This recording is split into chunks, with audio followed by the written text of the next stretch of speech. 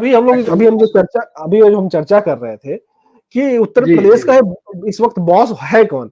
जब उत्तर प्रदेश में मुख्यमंत्री फैसला ले रहे हैं, पहला फैसला जी मुख्यमंत्री, जब सरकार भी, जब लोकसभा का चुनाव हुआ, लोकसभा जी चुनाव के बाद जो रिजल्ट आया, उसके बाद मुख्यमंत्री जो फैसला ले रहे हैं सब फेल स्ट्रोक हो हाँ जा रहा है। इसके पहले मुख्यमंत्री जो फैसला लेते थे वो मास्टर स्ट्रोक हुआ करता था। अब चाहे वो कांवरियों वाला फैसला हो, चाहे बुलडोजर वाला फैसला हो लखनऊ का, चाहे टीचरों वाला फैसला हो, चाहे नोजल विधेयक का फैसला हो, सब फेल स्ट्रोक हो जा रहा है। ये कैसे बदलाव आया? आखिर जो चारों जो राजनीतिक दल है सहयोगी उत्तर प्रदेश के, सब उंगली खड़ा कर दे रहे हैं, चाहे वो संजय निषाद हो, चाहे अनुप्रिया पटेल हो, चाहे ओम प्रकाश राजभर हो, चाहे जयंत चौधरी हो, सब कह रहे हैं कि मुख्यमंत्री जी गलत फैसला कर रहे हैं। इसको आप कैसे देख रहे हैं? क्या बदलाव आपको दिखाई दे रहा है जमीन पे?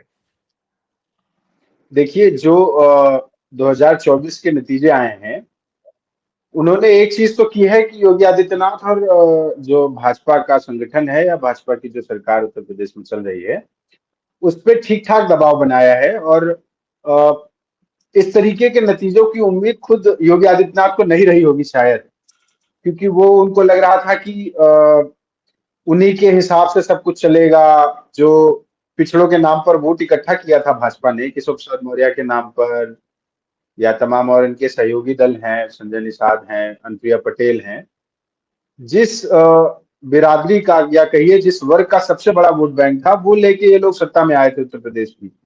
वो चाहे पहली बार हो या दूसरी बार, दोनों बार ऐसा ही हुआ। लेकिन इन्होंने उनके बारे में उतना ज्यादा सोचा नहीं, उसका नतीजा इनको 2024 के चुनाव में मिला। इसका एक बड़ा दबाव है। दूसरी चीज यह है कि जो आपसी कलह चल रही है भारतीय जनता पार्टी में, केशव प्रसाद मौर्य का बार बार दिल्ली पहुंच जाना और बार बार अलग अलग तरीके से योगी से दूर दिखना, योगी जी से लगातार वो दूर दिख रहे हैं, यहाँ अरे तक दूर, मीटिंगें भी अलग अलग कर। हाँ हाँ, वही मैं कह रहा था, मीटिंगे में नहीं पहुंच रहे हैं, और जहां पे योगी जी पहुंचने वाले हैं वहां से पहले ही भाषण देके चले जा रहे हैं। और दोनों डिप्टी सीएम, हाँ, एक ही नहीं, दोनों चले जा रहे हैं। तकरीबन ये स्थिति बन चुकी है कि ब्रजेश पाठक अलग दिशा में भाग रहे हैं, केशव प्रसाद मौर्य अलग दिशा में भाग रहे हैं, योगी आदित्यनाथ अलग दिशा में भाग रहे हैं। फिलहाल कहा जाता है ना कि दुश्मन का दुश्मन जो है वो दोस्त होता है, इसलिए आपको केशव प्रसाद मौर्य और ब्रजेश पाठक कहीं कहीं साथ दिख जाएंगे। हाँ, लेकिन योगी आदित्यनाथ के करीब रहना दोनों ही पसंद नहीं कर रहे हैं और लगातार कोशिश कर रहे हैं कि योगी आदित्यनाथ का जो मनमाना रवैया है सरकार चलाने में, जिस तरीके का उनका व्यवहार है, उदाहरण के तौर पर आप देखिए अकबर नगर में किस तरीके से बुलडोजर चला दिया गया जबरदस्ती। लेकिन जैसे ही ये महसूस हुआ योगी आदित्यनाथ जी को कि राजनाथ सिंह का दबाव पड़ सकता है, ब्रजेश पाठक का दबाव पड़ रहा है, और जिन लोगों के ये मकान गिराए गए उसमें से ज्यादातर वोटर भाजपा के थे, और जिन जगहों पे ये गिराने जा रहे थे, पंत नगर, इंद्रप्रस्थ नगर, वहां भी ज्यादातर वोटर भाजपा के थे। जब इनको पता चला कि भाई हमें ऊपर से प्रेशर आ रहा है और दूसरी तरफ केशव प्रसाद मौर्य हमारी टांग खींचने के लिए लगातार रेडी बैठे हैं, तो योगी आदित्यनाथ को अपने आप पीछे हटना पड़ा। उनके ऊपर जो दबाव है फिलहाल सरकार पे, सरकार चलाने का और मुख्यमंत्री का पद बचाने का, वो इतना ज्यादा है कि उनको कुछ समझ में नहीं आ रहा है क्या करें। इस बार आप देखिए सदन में भी योगी आदित्यनाथ जब बोल रहे हैं, तो बोलने में तो खैर बेहतरीन वक्ता है ही, लेकिन आप पाएंगे कि बहुत बहके बहके नजर आ रहे हैं। कभी हाँ। कुछ कभी अच्छा, कुछ। मैं हाँ, बोलिए बोलिए बोलिए, जी क्या कह रहे हैं बताएं। अब मैं उनको देख रहा था कि एनसीआरबी के आंकड़ों की बात कर रहे थे योगी आदित्यनाथ जी सदन में। हाँ, मैंने महसूस किया कि वो पेपर पलट रहे थे, उनको पता था कि मैं झूठ बोलने वाला हूँ या गलत बोल रहा हूँ, पर उनके चेहरे पे वो साफ दिख रहा है कि नहीं नहीं यार क्या करे क्या करे। तो उन्होंने कहा देखो हमारे पास 24 तक का डेटा है, आप एनसीआरबी की वेबसाइट खोलिए, 2022 तक के बाद का कोई डेटा है ही नहीं।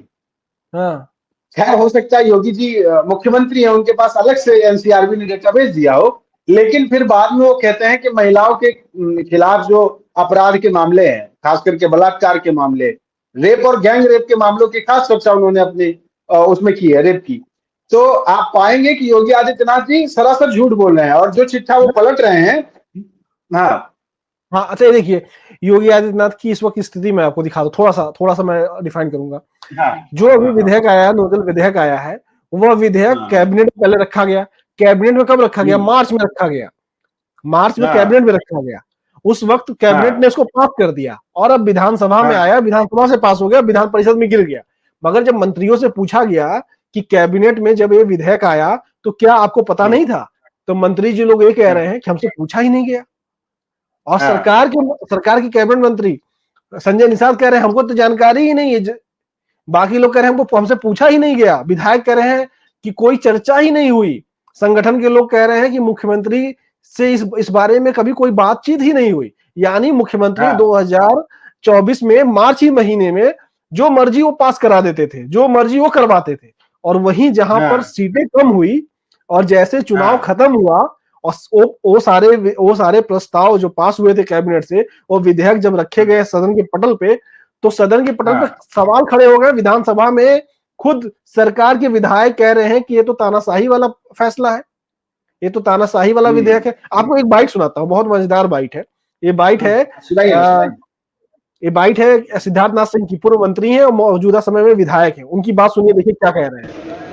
तो मेरे ख्याल से आज इस सदन को भी समझना होगा कि तुगलकी फरमान और भूमाफिया और विकास में क्या अंतर होता है, और विकास की दृष्टि से ये जो अधिनियम है उसको लेकर सरकार आ रही है। तो आपने सुना कि तुगलकी फरमान और भूमाफिया में क्या अंतर होता है, ये सरकार को समझना पड़ेगा। अब दूसरे लोगों की बात सुनाते हैं। ये हर्ष वाजपेयी है, ये भी विधायक है। के उस मशहूर फिलोसोफर जॉन लॉक के उन शब्दों को याद करना चाहूंगा कि वही समाज और वही देश प्रॉस्पर करता है जिस देश में, जिस समाज में लाइफ, लिबर्टी और प्रॉपर्टी गारंटीड होती है। अब आप सोचिए, एक कह रहे प्रॉपर्टी गारंटी होती है, वह समाज आगे बढ़ता है। अब राजा भैया ने क्या कहा वो भी सुन लीजिए। इतने दिनों के विधानसभा के कार्यकाल में जब भी विधेयक आते हैं तो सत्ता पक्ष एकमत होता है और विपक्ष उसके विरोध में होता है। मैं सिद्धार्थनाथ जी और हर्ष जी को भी आभार व्यक्त, इन्होंने सही तस्वीर रखी है। ये अपनी पार्टी के हित के विषय में सोच रहे हैं। पहली बात जो एक ये कहा गया कि साहब ये स्वतंत्रता सेनानियों की भूमि है, एकाध अपवाद हो सकता है। जो स्वतंत्रता सेनानी थे, जिन्होंने अपने प्राणों को आहूत किया, बलिदान दिया, वो इतने बड़े लैंडलॉर्ड, इतने बड़े पूंजीपति नहीं थे कि महानगरों में उनकी बड़ी बड़ी जमीनें हों। और ये प्रकरण सिर्फ प्रयाग अकेले तक ही सीमित नहीं है। इसमें काशी है, इसमें अयोध्या है, इसमें मेरठ है, इसमें गाजीपुर है, गोंडा है, कहां नहीं है, कानपुर है, सीतापुर है। अब देखिए, सभी माननीय सदस्य खुद कह रहे हैं। तो सोचिए, सारे विधायक वहां खुद कह रहे हैं कि यह फैसला जो है वो गलत है। और योगी आदित्यनाथ के लिए सोचिए वो क्या स्थिति रही होगी कि मुख्यमंत्री खुद सदन में बैठे हों और उनके विधायक, उनके लोग ये कह रहे हैं कि ये जो विधेयक आपने लाया है वो गलत है। क्या स्थिति होगी मुख्यमंत्री के लिए, जब मुख्यमंत्री के सामने बोलने की हैसियत लोग नहीं रखते थे कि कुछ बोल दें अपने मुख से, कि कुछ कह दें कि आप गलत हैं, आप सही हैं। अच्छा फीडबैक देने की भी उस तरीके के, मतलब जो सुनते हैं हम लोग चर्चा विधानसभा में, कि मुख्यमंत्री जी के सामने जाकर ऐसे कोई खुल के कह दे कि आप गलत काम कर रहे हैं, आप सही काम कर रहे हैं, या ये काम गलत है, बहुत गलत हो रहा है। मतलब वो हैसियत नहीं थी किसी के पास, खुद डिप्टी सीएम नहीं कह पाते थे। अब ये स्थिति है कि विधायक खड़े होकर कह दे रहे हैं कि ये गलत है फैसला आपका, सहयोगी दल कह दे रहे हैं गलत है फैसला। आप ये समझिए कि जो भाजपा करती थी दूसरी पार्टियों के साथ, अगर आपको 2017 के इलेक्शन के आसपास का माहौल याद हो, तो आप पाएंगे कि लगातार ये आरोप लग रहे थे कि समाजवादी पार्टी के खेमे में टूट है, आपस में बन नहीं रही है, परिवार में फूट पड़ गई है, खूब विरोध हो रहा है। और उसके चटखारे आज भी योगी आदित्यनाथ जी बड़े मजे से लेते हैं। पर अब उनको ये बात समझ में आ रही होगी कि कैसे ये वही खेल जो भाजपा दूसरों के साथ खेल रही थी, वही उनके साथ उत्तर प्रदेश में हो रहा है।